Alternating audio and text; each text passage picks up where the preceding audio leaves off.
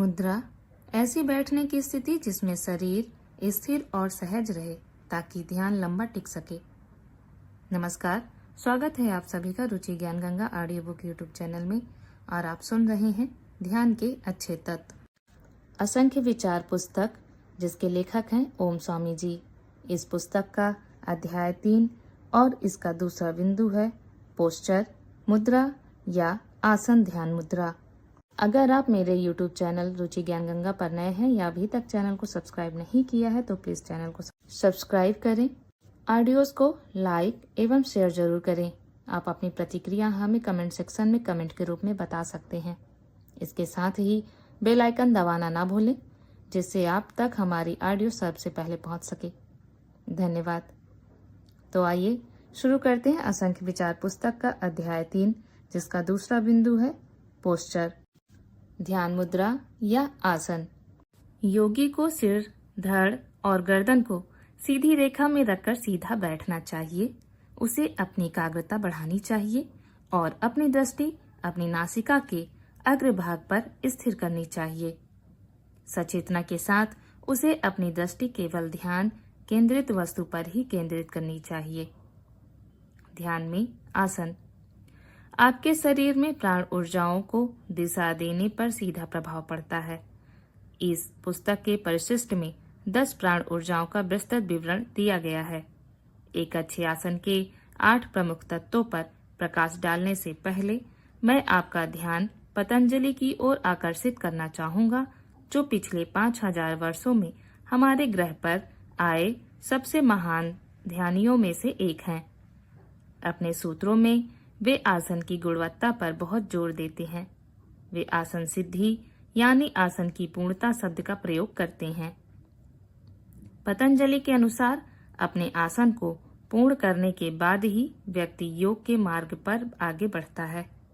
श्वास नियंत्रण, प्राणायाम, इंद्रियों का प्रत्याहार, एकाग्रता, धारणा, ध्यान और समाधि, साक्षात्कार एक ध्यानी के लिए तभी संभव है जब वह अपने आसन को पूर्ण कर सके।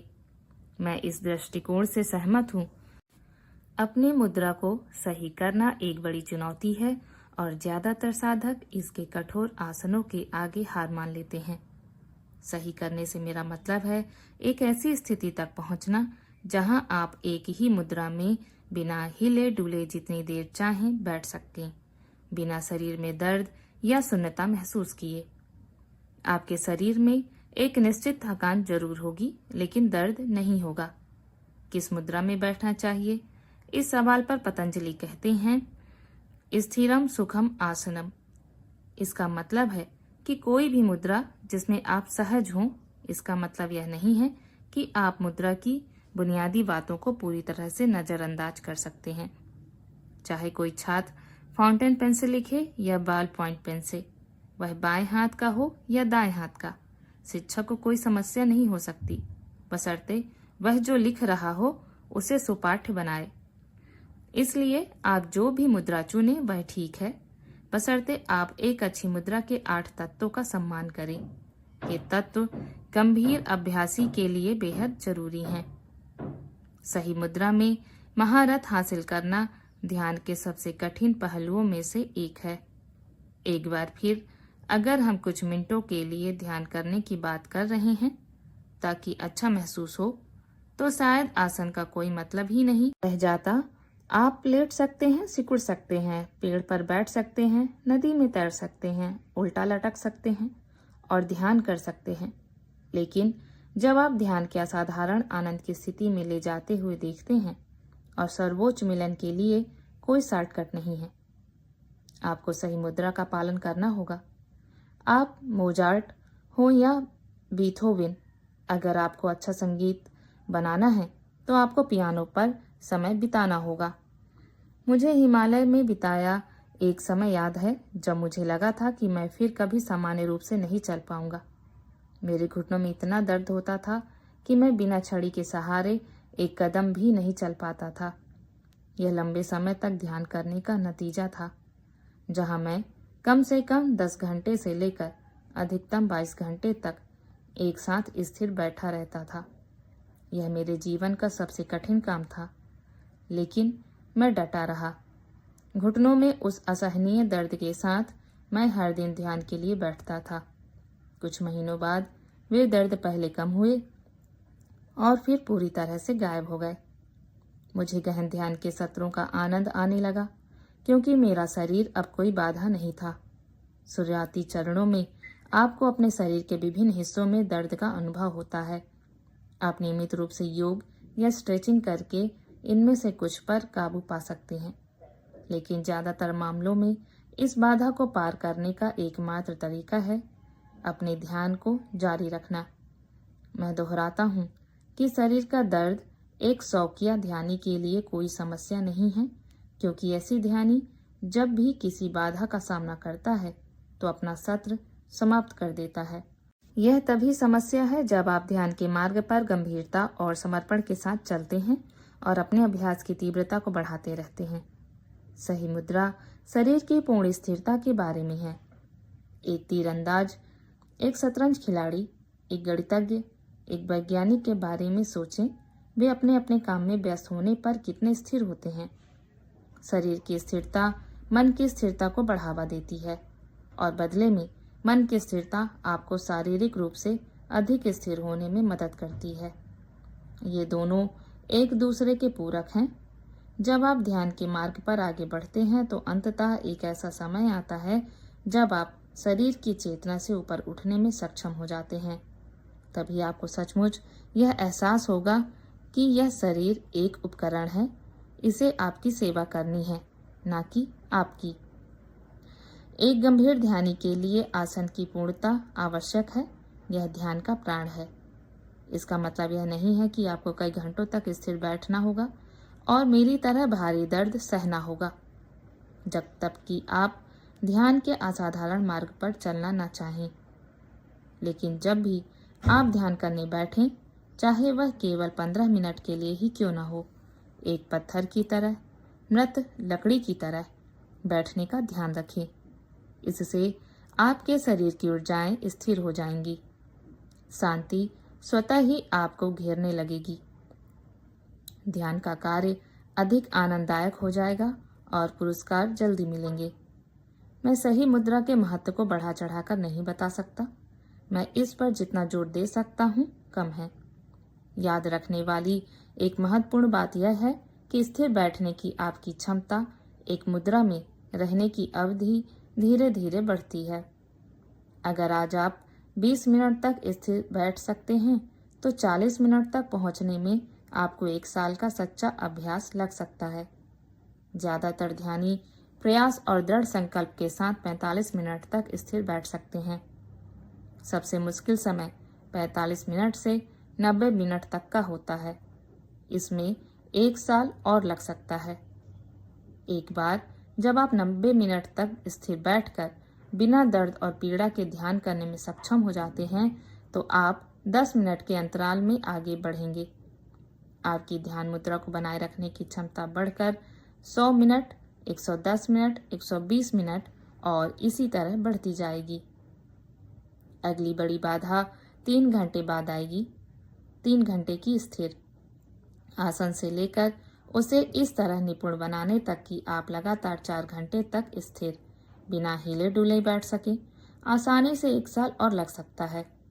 4 घंटे से 6 घंटे की सीमा तक पहुंचना अपेक्षाकृत आसान है, लेकिन मैं आपको बता दूं, जिस दिन आप 4 घंटे की स्थिरता में निपुण हो जाएंगे, आप किसी जीवित बुद्ध, हाड़ मांस से परिपूर्ण सिद्ध व्यक्ति से कम नहीं होंगे।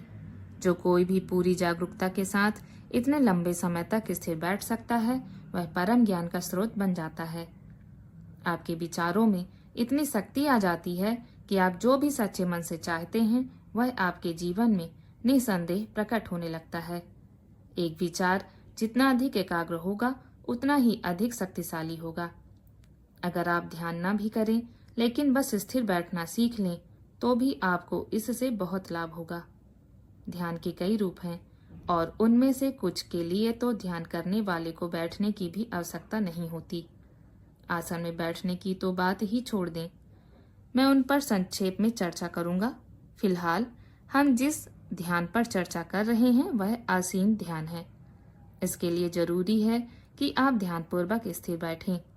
ऐसा करने के लिए एक अच्छी मुद्रा के 8 प्रमुख तत्व हैं। पहला, पालथी मारकर बैठना। पालथी मारकर बैठने के कई तरीके हैं। आप अपनी सुविधानुसार कोई भी तरीका चुन सकते हैं। पालथी मारकर बैठना महत्वपूर्ण है क्योंकि यह आपको अपान वायु यानी नीचे उतरती ऊर्जा को नियंत्रित करने में मदद करता है। अगर आपको कोई विशिष्ट चिकित्सा स्थिति है तो आपको जमीन पर पालथी मारकर बैठने से रोकती है, तो आप अगला सबसे अच्छा तरीका अपना सकते हैं। कुर्सी पर बैठें। कम से कम अपने पैरों को पालथी मारकर बैठें और अपने पैरों को अलग अलग ना रखें। हाथों और पैरों का जुड़ना महत्वपूर्ण है। अपने भीतर ऊर्जा का पूर्ण संचार और प्रवाह सुनिश्चित करने के लिए। दूसरा, सीधी पीठ। एक बार जब आप सीधी पीठ के साथ ध्यान करना सीख जाते हैं तो आप कई उन्नत यौगिक अभ्यास करने के योग्य हो जाते हैं। यदि आप इस पथ पर आगे बढ़ने के लिए गंभीर हैं तो सीधी पीठ एक अनिवार्य आवश्यकता है। सीधी पीठ प्राण और समान वायु या क्रमशः प्राण शक्ति और ऊष्मीय ऊर्जा के प्रवाह में मदद करती है। ऊष्मीय ऊर्जा आगे चलकर प्राण शक्ति और अवरोही ऊर्जा के संलयन के लिए एक सेतु का काम करती है। उस संलयन से आदिम ऊर्जा का जागरण शुरू होता है, जिसे कुंडलिनी या सर्प शक्ति के रूप में जाना जाता है। तीसरा, शिथिल भुजाएं। अपनी भुजाओं को ना फैलाएं। आपकी कोहनियों का प्राकृतिक आकार थोड़ा मोड़ा हुआ होता है, इसलिए उन्हें ऐसे ही रखें। उन्हें शिथिल रखें। अपनी भुजाओं को तना और सीधा रखना, जहां आपकी कलाइयां आपके घुटनों को छूती हैं, गहन ध्यान के लिए एक व्यवहारिक आसन नहीं है। अगर आप अपनी बाहें बिल्कुल सीधी रखेंगे तो जल्द ही वे थक जाएंगी और ध्यान भटकाएंगी। चौथा, हाथ मिलाना। आपके हाथ एक दूसरे को क्रॉस कर सकते हैं या एक के ऊपर एक हो सकते हैं। अपना बायां हाथ दाएं हाथ के ऊपर रखने से आपका शरीर गर्म रहता है, दाएं मस्तिष्क पर प्रभाव पड़ता है और आपके स्त्री तत्व को बढ़ावा मिलता है। दायां हाथ ऊपर रखने से आपका शरीर ठंडा रहता है, आपके बाएं मस्तिष्क पर प्रभाव पड़ता है और आपकी पुरुषत्व ऊर्जा को बढ़ावा मिलता है। ये अंतर बहुत सूक्ष्म है, लेकिन जैसे जैसे आप आगे बढ़ेंगे आप देखेंगे कि आपके आसन में छोटे से छोटे बदलाव के कारण भी सूक्ष्मतम परिवर्तन होते हैं। आदर्श रूप से आपके अंगूठे के सिरे एक दूसरे से जुड़े होने चाहिए। पांचवा, सीधा सिर। आपकी गर्दन और सिर एक सीधी रेखा में होने चाहिए। यह उदान वायु आरोही ऊर्जा के चैनलाइजेशन में मदद करता है। जब मूल ऊर्जा केंद्रीय चैनल से ऊपर की ओर यात्रा करती है तो उसे एक सीधी रेखा की आवश्यकता होती है। लेजर किरणों के बारे में सोचें, इसलिए गर्दन और सिर सीधा होना चाहिए। इसके अलावा यह बयान वायु गर्दन से ऊपर की ओर ऊर्जा के प्रसार को आसान बनाता है। यहाँ ध्यान देने योग्य एक सूक्ष्म लेकिन महत्वपूर्ण बात यह है कि गर्दन खींची हुई नहीं होनी चाहिए। आपकी गर्दन में एक सामान्य छोटा सा हुक होता है जिसे बनाए रखना चाहिए। मूलतः आपके शरीर के सभी अंग शिथिल और सामान्य स्थिति में होने चाहिए। स्थिर लेकिन शिथिल। छठवां, स्थिर दृष्टि। यह एक सच्चे योगी का अचूक लक्षण है। अभ्यास और अनुभव के साथ आप पाएंगे कि आपकी दृष्टि उत्तरोत्तर स्थिर होती जा रही है। स्थिर दृष्टि 5 द्वितीयक ऊर्जाओं को दिशा प्रदान करती है। हिचकी, छींक, डकार जैसी कोई भी बाधाएं आपकी दृष्टि को पूर्ण करने से दूर हो जाती है। स्थिर दृष्टि बेहतर एकाग्रता में सहायक होती है, जो बदले में आपके शरीर में ऊर्जा के मुक्त प्रवाह में मदद करती है। और जब ऊर्जा मुक्त रूप से प्रवाहित होने लगती है तो दर्द और सुन्नता गायब होने लगती है।